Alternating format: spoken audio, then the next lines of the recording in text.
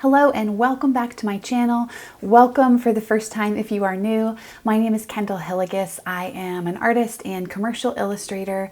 I have been making videos for a few years here on YouTube, sharing both some of my life with you guys, what it's like to work as an illustrator. I'm also the parent of a 2-year-old. So I share some of that side in vlogs and weekly vlogs. And then I also do sit-down videos like this where I share some of my experience and kind of have more of an educational focus on the creative industry in general and specifically about illustration. So today we're going to make one of those videos, as you can already tell since I'm sitting down, and we're going to tackle a topic that has actually come up over and over again in questions throughout the years from you guys. And it's something that I have always felt kind of intimidated to tackle, and maybe like I didn't have the experience to tackle. But now that I have been working as an illustrator for, I think I'm going into my 6th year here doing full-time freelance illustration. So I do feel like I have enough expertise, or enough experience, maybe not expertise, enough of my own personal experience to tackle that. And that issue is pricing. So today what we're going to do is we're going to unpack kind of 2 main models of pricing. And I'm going to be coming at this from the perspective of commercial illustration and illustration specifically, because that's the field that I'm in. But these would be kind of larger buckets that would be you would find in other creative industries as well, like in graphic design or even in fine arts. So just keep that in mind. I'm coming to it from a perspective of illustration, but it is sort of just a larger divide in the creative industries in general. Yes, and those 2 types of pricing are value-based pricing and hourly-based pricing. So if you have watched my channel before, if you've watched for a while, you'll know that when I have talked around this topic before, never like directly addressed it, but when it has come up, I have mentioned that I do value-based pricing, not hourly-based pricing. I do value-based pricing, and we will talk about what that is and unpack what that is and why I do it and why I prefer it later on in the video. But we're actually going to get started by unpacking hourly-based pricing. But before I dive in, I do want to do a quick special shout out to my patrons. My patrons support this channel financially in anywhere from $1 to $15 a month. And that support makes it possible for me to put these videos out here on YouTube for free as a resource for all of you guys. So yeah, big thanks go to my patrons. I so appreciate you guys, and thank you for making this video possible. Okay, so diving on into hourly pricing. I'm just going to use a simple mainstream model. You can find this lots of places online if you Google how to figure out my hourly rate, or how to determine a livable hourly wage, that sort of thing. So yeah, this calculation, this model is out there all over online. Other people have made videos about it, but I'm just going to go through it really quick in case you're not familiar with it, or in case you want to hear me explain it. So basically this starts with you deciding what is the amount that you need to take home each year for a salary. And that number should be realistic. So it should be something that takes into account your experience, your expertise, your years working in the field. And also by realistic, it should be something that you can actually realistically live on. So if you know what you need to bring in to support yourself or your family, it shouldn't just be you saying, I'd like to make $1 million this year, or, oh, well, I really don't know what I'm doing, so I'm only worth $5,000 this year. Either end of that spectrum is really not helpful and isn't gonna enable you to come up with a realistic number that's something that you can actually commit to and build on and make a career and a life out of. So don't go too high and just coming up with a number out of your hat that sounds, like amazing and like you would have won the lottery. That's not what this is. But you also don't want to underestimate your needs and what you actually need as an individual, as a member of a family, whatever it is, to make this work something that is sustainable that you can do in the long term. So you know how to do that best, you know what your needs are best, but just so that we have something to talk about in this example, we're going to say that that number is $50,000 in a year. So you start with the $50,000 and then you need to add on your expenses. And your expenses will vary depending on your setup, whether you are working in your home, whether you're renting a space, whether you use supplies that you go through on a regular basis like paints and paper, or whether you work digitally and you need equipment. Basically anything that you have to buy to support your business, any marketing, any professional services like taxes or accounting, any of that, coming up with an estimate for what that should be. And for this example, we're just going to say $10,000. We're going to try to keep these nice, simple numbers so that the math is easy because I'm an illustrator, not a mathematician. Okay, so we add the $10,000 to the $50,000, which brings us up to $60,000 in a year. Then in addition to your expenses and what you want to take home as a salary, what you need to take home as a salary, it is wise to also factor in some kind of a profit margin so that you can not just be supporting yourself and taking home what you need to financially to support yourself and your family, but also building your business and continuing to grow and expand your business over time. So there are lots of different suggestions for what a good profit margin is. You can read more about this online if you want to do a deep dive into the business world, but we're just going to say, again, for the sake of this example and for keeping the numbers simple, we're going to say a 10% profit margin. So 10% of 60,000 is 6,000. So adding those two together brings us up to $66,000. All right, so at this point we need to pause and figure out how many billable hours you are going to have in the year, because that's ultimately what we're trying to figure out here is what the hourly rate is. So each year, as we know, has 52 weeks, and let's say each week has 40 hours of working time in it. And those numbers are variable depending on how much vacation you want to take, how much you're going to work in a week and be able to work in a week. But let's just say again, keeping it simple for the sake of this example, that you're going to take a 2-week vacation. So that drops us down to 50 weeks a year times 40 hours, which is 2,000 hours. So the other thing that we need to consider here and that we need to factor in at this point is that not every single one of your hours when you're working freelance, this isn't just in illustration, this is in any sort of freelance profession, not all of your hours will be billable hours. There will be a significant portion of your hours that are spent doing admin, doing your own bookkeeping, doing marketing, replying to emails that aren't necessarily associated with a specific project, but that maybe are inquiries, doing social media, all of this stuff that supports your business and that makes it possible and is absolutely necessary. You can't do without it, but that's not necessarily part of your billable hours. So for the sake of this example, we're going to say 40% of your time is non-billable time. So we'll subtract that. We'll take 2,000 and subtract 40%. Which gives us 1,200 billable hours. And I have checked my math here, but if somebody is watching this and is an amazing math person and I've made a mistake, I'm just going to say I'm going to be so embarrassed. But so then to come to our hourly rate, we have that number that we came up with, the $66,000 a year, which is the salary that we need to make, the expenses that we have, and then a profit margin of 10%. So 66,000, and then we're going to divide that by 1,200 because we have 1,200 billable hours in a year, and that gives us an hourly rate of $55 an hour. So that's, again, just a super simple calculation. I will put that formula in the description box, but again, you can find it anywhere online. And you can read more about how to come up with the percentages for, if you're estimating your expenses, what your profit should be, how many billable hours you'll have in a week, etc. And that could be helpful if you're just getting started and you really have no idea where to go. Yeah, that should give you an overall framework of what it means to calculate hourly based pricing. Okay, so that's model number 1. And model number 2 is value-based pricing.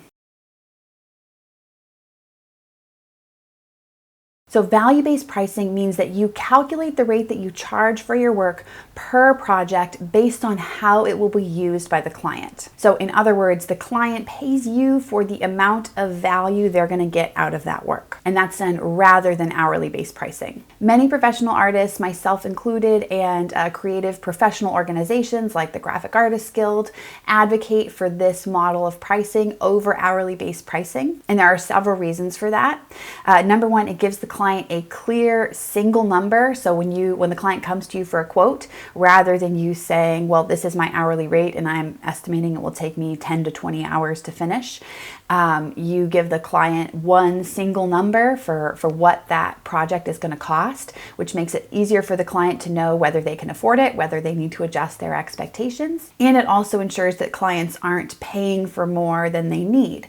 So what it allows you to do is to give the client a number, to give the client a quote that really exactly fits their needs for how they're going to use that work, for the amount of value they're going to get out of that work. And it ensures that artists and creative people are compensated fairly for the amount of value that they bring to the project. So a couple examples of what value-based pricing looks like in my industry, in the illustration industry. First one from editorial illustration. So in editorial illustration, you have several different places that the illustration can appear on the page in the publication. It can appear on a cover, it can appear on a full page, it can appear on a header, it can appear really small as a spot, which is an illustration that's kind of usually in line with the text, maybe is only an inch or two large, small. It's pretty small in terms of the overall layout of the page. So an illustration that's going to be really large and prominent, like the header, is going to cost more than an illustration that's pretty small and less prominent, like a spot. So they're both illustrations. They could, in theory, be the exact same illustration, but the illustration that's on the cover or a full page or a header that takes up a lot of real estate and has a lot of eyeballs on it and is really important for driving home the point of that article and the mission of that magazine is going to necessarily cost that magazine more. It's going to bring that magazine more value than a spot illustration. So that's one example. Another example would be in packaging illustration. So let's say you create an illustration for a really big international company whose products are sold all over the world, whose brand is recognized by lots and lots of people, versus creating an illustration for a really small local business, maybe a mom and pop business. Maybe they only sell their product at farmers markets or at their little their own personal storefront that's attached to a farm or something. You can see how the really big international client is getting a lot more value out of that illustration, even if it's the exact same illustration for both of these clients. The big international company is getting more value because they're putting it on more products, they're selling it in more markets, more people are seeing it, they're making more money from it, versus the mom and pop shop that are selling it on a smaller scale and probably are not going to be making as much from it.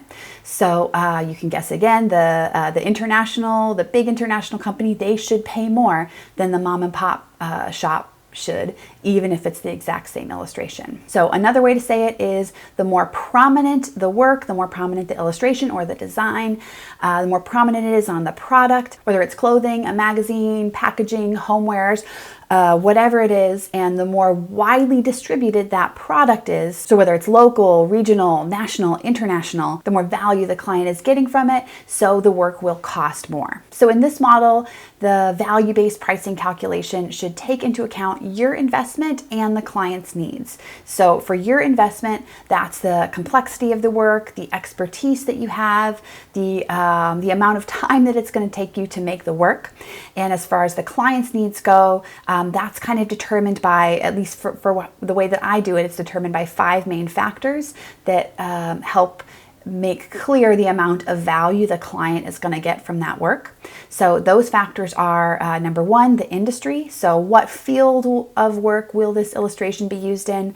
Number 2, the application. How or what is that illustration going to be used on?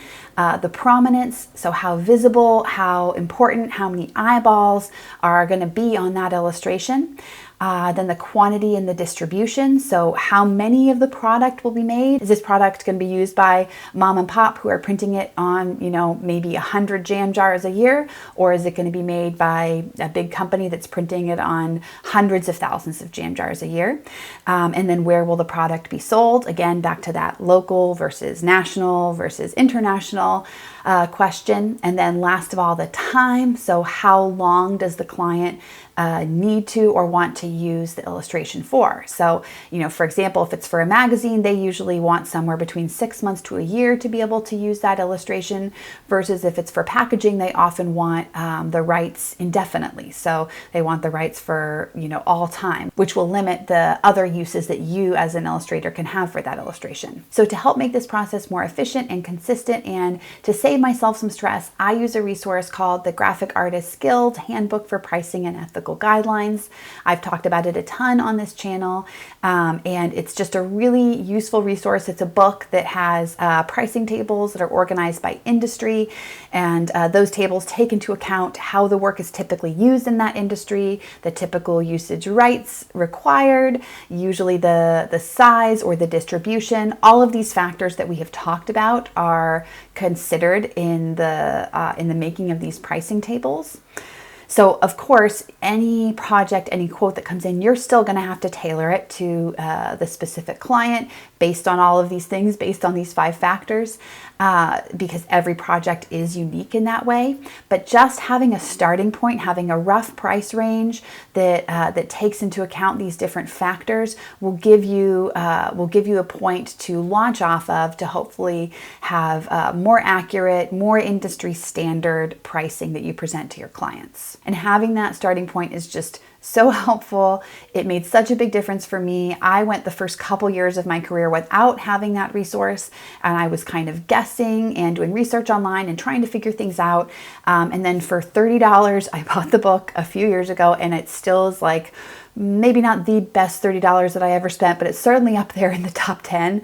And I wish I had done it sooner. It would have saved me so much stress, especially in those early years when you feel a little bit uncertain about your pricing. Just having that starting point that is drawn from the experience of other people working in the industry. So it's not as though the Graphic Artists Guild just comes up with these numbers out of thin air. They're pulled from working graphic designers and illustrators. Even though they say graphic artists in the name, it includes illustrators as well. That data all comes from surveys of professionals working all across the country. And again, if you're in a different country, if you're not in the US, you're going to have to adjust some of that based on like cost of living and what companies are actually bringing in and making in your country. But still, having the starting point is really, really helpful, and it can give you a sense of how things will how prices can vary based on usage and industry and all that stuff that we talked about. Okay, so enough preaching about the gag guide. I just want to reiterate what I do personally and what I recommend for a pricing strategy. So some creatives do all of their pricing by the hour. So even though I recommend value-based pricing, there certainly are some situations where pricing by the hour makes more sense, and there are plenty of creatives that work that way and that make a living that way. So I only price by the hour very, very rarely in certain circumstances. And basically that is, I really only price by the hour if I'm doing a quote for baseline use, which I would consider to be personal use or non-commercial use. So basically private commissions. So if somebody comes to me and they say, I want a portrait done of my daughter and I'm going to hang it in my house. That is non-commercial use. It's just personal use. That is a private commission. And in that situation, I do usually price it based off of an hourly formula. So I use my hourly rate. I figure out how long I think that project is going to take me, and then I come up with that number for the client. But if it's a situation where the client needs some additional value or usage beyond that, so let's say the client wants me to draw a rose for or roses for some kind of fragrance packaging, I'm going to calculate that rate based on those 5 factors that we talked about, using the gag guide as my starting point and kind of my shortcut to make things easier. So if you are an artist doing exclusively private commissions and selling directly to your audience and then doing private commissions only, it is going to be really important for you to have a solid reliable, realistic hourly rate that you know works for you, that you know you can make a living off of, and do what you need to do to make this work sustainable. There may be the temptation, especially when you're first getting started, to really underquote and to undercharge and to have a low hourly rate because you feel like it will make you more competitive, but ultimately you will just end up hurting yourself in the end. And that's not to say that you should charge an exorbitant rate. You need to charge a realistic rate that's going to enable you to keep doing this work year after year after year. If you systematically undercharge and undervalue yourself, you won't be able to keep doing this.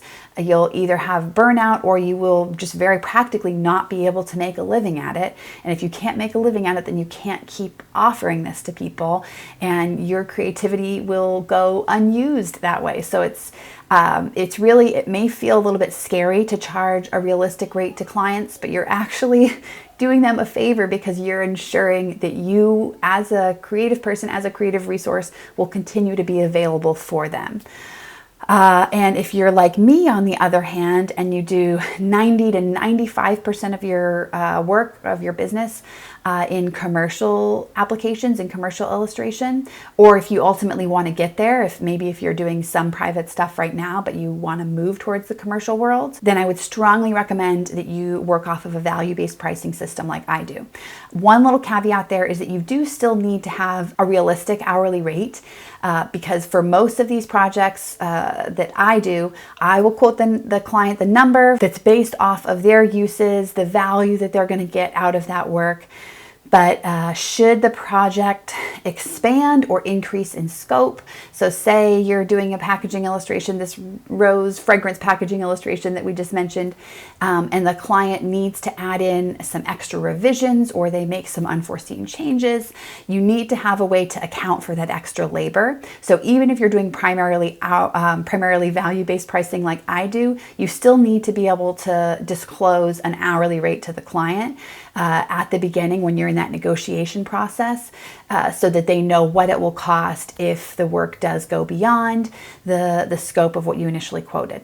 And on that note, if you're interested in more of that process, more of like how to actually work with a client from beginning to end, Meg actually, my video editor, mentioned that as an idea, and I think it's a really good idea. And if you guys have specific questions about that, or if you're interested in that video, let me know in the comments. Okay, so wrapping up here, yes, value-based pricing, if you are going to move towards the commercial, towards more commercial applications of creative work, of illustration, of design, value-based pricing is really going to be your best bet, with, of course, your backup hourly rate should you ever need to fill things in. Okay, so that is it for this video. I hope you enjoyed it. I hope it was helpful. I have a feeling that there will be some follow-up questions. I feel like there always are. So, of course, leave those questions in the description box. And if there are enough of them, I'll do a follow-up Q&A. Thank you again to my patrons for supporting this channel and making it possible for me to make today's video. Thank you to the amazing and talented Meg for editing this video. And thank you to all of you for watching and subscribing. And please do subscribe if you're new. And I hope you have a great day and a great week, and I will see you in the next video. Bye.